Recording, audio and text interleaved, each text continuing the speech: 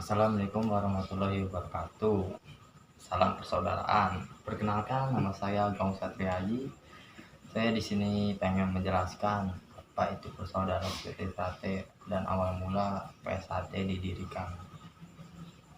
Oke, persaudaraan Sejahtera dikenal luas oleh masyarakat yaitu PSAT atau Esatrate. Esatrate adalah organisasi olahraga yang diinisiasi oleh Ki Hajar Harjoetomo pada tahun 1922. Kemudian disepakati namanya Persaudaraan Sejahtera pada kongres pertama, yaitu pada tahun 1948. PSAT merupakan organisasi pencaksilat yang tergabung dan salah satu yang turut mendirikan Ikatan Pencaksilat Indonesia atau yang dikenal dengan IPSI pada tanggal 18 Mei 1948. PSAT sudah memiliki anggota 7 juta anggota dan memiliki 236 cabang di kabupaten atau kota yang tersebar di seluruh Indonesia dan 10 komisariat di perguruan tinggi dan 10 komisariat di luar negeri seperti Malaysia, Belanda, Rusia, Timor Leste, Hong Kong, Korea Selatan, Jepang, Belgia, dan Perancis. Awal mula berdirinya PSAT itu pada tahun 1922. Ki Hajar Harjoetomo, salah satu pengikut aliran Setia-Hati yang berasal dari Pilangbangau, meminta izin kepada gurunya yang bernama Ki Ageng Ngabehi Surodiwiryo untuk mendirikan pusat pendidikan pencaksilat dengan aliran Setia-Hati. Niat ini dilatar belakangi keadaan saat itu, di mana ilmu pencaksilat hanya diajarkan kepada mereka yang memiliki status bangsawan, seperti bupati, wedana, atau masyarakat bangsawan yang memiliki gelar raden. Sehingga Ki Hajar Harjoetomo berniat agar ilmu pencaksilat bisa dipelajari oleh rakyat jelata dan pejuang perintis kemerdekaan seperti kita. Ki Ageng Ngabehi Surodiwiryo setuju atas ide ini. Asalkan pusat pendidikan nanti harus memiliki nama yang berbeda. Akhirnya Ki Hajar Harjoetomo mendirikan dengan nama SHPSC, yaitu Persaudaraan Setia-Hati Pemuda Sport Club. Pengikut Ki Ageng Ngabehi Surodiwiryo yang lain yang telah terhasut beberapa pihak menganggap pembukaan SHPSC sebagai sebuah pengkhianatan, sehingga SHPSC dianggap SH yang murtad. Setelah pihak-pihak yang mendukung pemurnian aliran Setia-Hati dan mengklaim sebagai penerus dan ajaran Ki Ageng Ngabehi Surodiwiryo ini tergabung dalam PSAW TMSH Winomo. Selain itu, adanya tempat latihan ini dianggap oleh pemerintahan kolonial Belanda sebagai sarana untuk melawan pemerintahan kolonial, sehingga Ki Hajar Harjoetomo ditangkap dan menjalani hukuman pembuangan di Belanda di daerah Jember, Cipinang, dan Padang Panjang. Sistem yang dianut SHPSC ini adalah sistem paguron, disebut perguruan, di mana guru ditempatkan pada tingkat tertinggi sebagai patron perguruan. Sistem pendidikan inilah yang menjadi cikal bakal Persaudaraan Sejahtera. Pada tahun 1942, salah seorang murid Ki Hajar Harjoetomo yang bernama Sueratno Suerangpati mengganti nama SHPSC menjadi Setia-Hati Trate. Perubahan ini lalu disepakati saat kongres pertama yang diadakan di rumah Ki Hajar Harjoetomo pada tahun 1948. PSAT lalu mengubah diri dari sistem yang berbentuk perguruan menjadi sebuah sistem untuk persaudaraan untuk mendukung konsep demokratis organisasi. Namun konsepsi dan tradisi sistem perguruan masih tetap dilanjutkan. Selanjutnya PSAT semakin berkembang setelah Mas Irsyad, salah satu murid Ki Hajar Harjoetomo, menjadi ketua dan memperkenalkan 96 dasar jurus 1-4, jurus belati dan jurus toya. Jurus perguruan juga diperbarui oleh Mas Imam Kue Supangat untuk membedakan diri dari jurus-jurus di Jojo Pendilo Jipto Muljo milik S. Sawinongo atau sekarang dikenal S. Hati Panti. Ajaran persaudaraan sejati Trate. Falsafah serta ajaran yang utama dari Trate adalah manusia dapat dihancurkan, manusia dapat dimatikan atau dimusnahkan, tetapi manusia tidak dapat dikalahkan selama manusia itu memegang teguh terhadap hatinya dirinya sendiri. Tidak ada satupun kekuatan di atas manusia yang dapat mengalahkan manusia kecuali kekuatan dimiliki oleh Tuhan yang Maha Kuasa. Falsafah ini menjadi keyakinan bagi semua warga desa Trate sehingga menjadi daya kekuatan tersendiri bagi anggota secara pribadi maupun persaudaraan. Tidak ada yang ditakuti oleh warga Trate, baik dari bangsa manusia maupun yang lain, seperti jin, makhluk halus dan lain-lain, kecuali takwa pada Tuhan Yang Maha Esa. Selain falsafah dan ajaran sebagaimana tersebut di atas, Trate juga menjadikan calon anggota persaudaraan Trate seni bela diri pencaksilat. Menurut Trate, setiap seni bela diri timur itu didasarkan pada filosofi dengan kode etik. Hal ini juga berlaku untuk pencaksilat. Praktek seni bela diri memiliki tujuan membantu siswa mengembangkan karakter jujur, terbuka dengan hidup sesuai dengan norma-norma dasar dan nilai-nilai seni.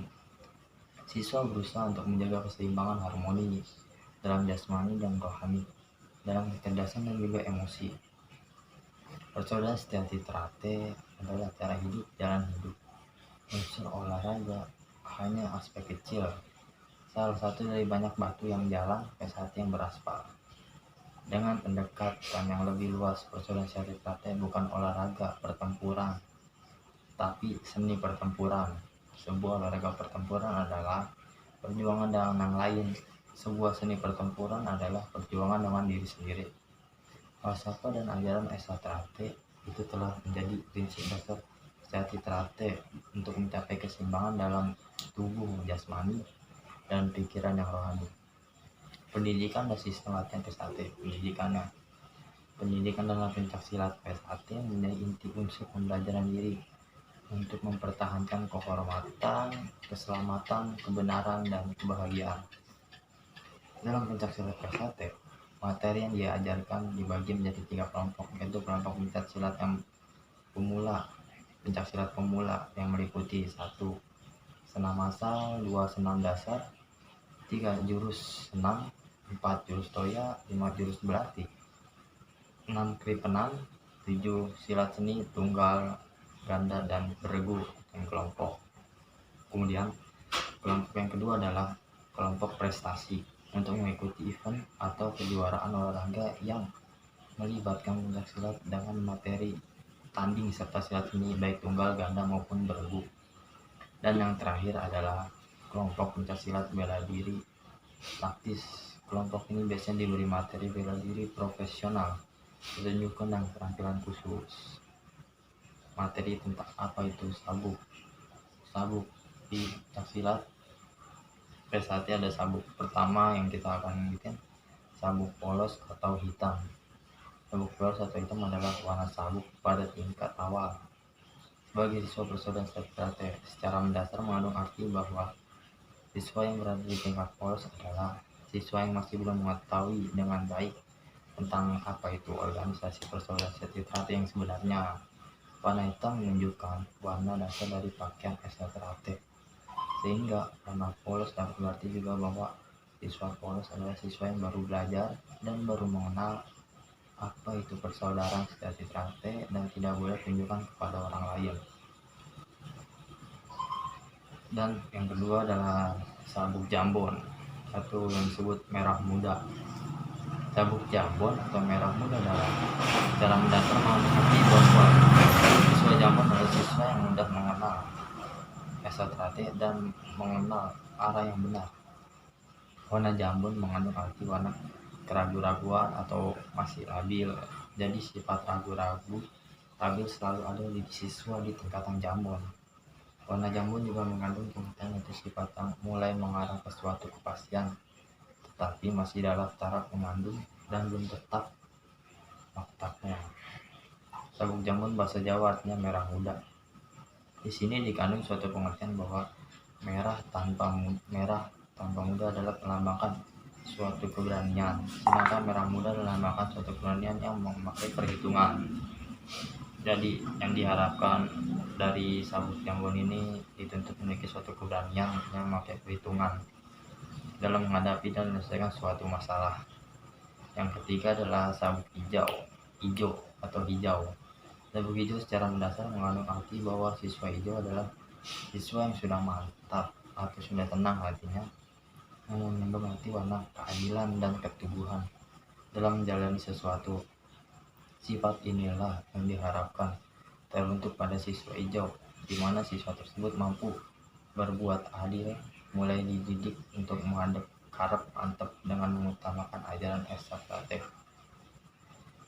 Sabuk hijau di sini dikandung suatu pengertian bahwa warna hijau melambangkan suatu harapan. Siswa di tingkat ini sudah memiliki harapan untuk bisa disahkan jadi warga persaudaraan sejahtera. Kemudian pelajaran yang ditorehnya. Dan yang terakhir itu yang habis sabuk hijau ya sabuk putih. Sabuk putih adalah tingkatan siswa yang terakhir dalam latihan persaudaraan sejahtera. Sabuk putih berarti bahwa seseorang telah mencapai tingkatan ini adalah orang yang telah mengerti arah dan tujuan yang sebenarnya, telah mengetahui perbedaan antara benar dan salah. Warna putih melambangkan kesucian. Oleh karena itu, sifat dan watak yang diharapkan dari siswa tingkat putih adalah sifat yang memiliki air yang mengalir. Dalam suatu pepatah setelah disebut tiniti liring tindak ingati. Sabuk warna putih sebagai pengikat yang kuat berdasarkan kesucian dan kebersihan secara lahir dan batin. Sabuk dibuat dari mori setinggi sak pangadik sak penggawe, artinya bahwa buatan manusia itu adalah berbeda-beda menurut kemampuannya diri sendiri. Mori bisa dipakai untuk membungkus mayat. Di sini menggambarkan ikatan persaudaraan dalam sejahtera yang kekal dan abadi sampai akhir hayat. Itulah sedikit wawasan mengenai apa itu SHT, apa itu falsafah SHT, dan tingkatan-tingkatan di sabuk SHT yang dapat saya bagikan untuk saudara-saudara dimanapun berada. Silakan dapat saudara bagikan kepada yang lainnya sekedar untuk berbagi dan menambah wawasan. Sekian dan terima kasih. Salam persaudaraan. Assalamualaikum warahmatullahi wabarakatuh.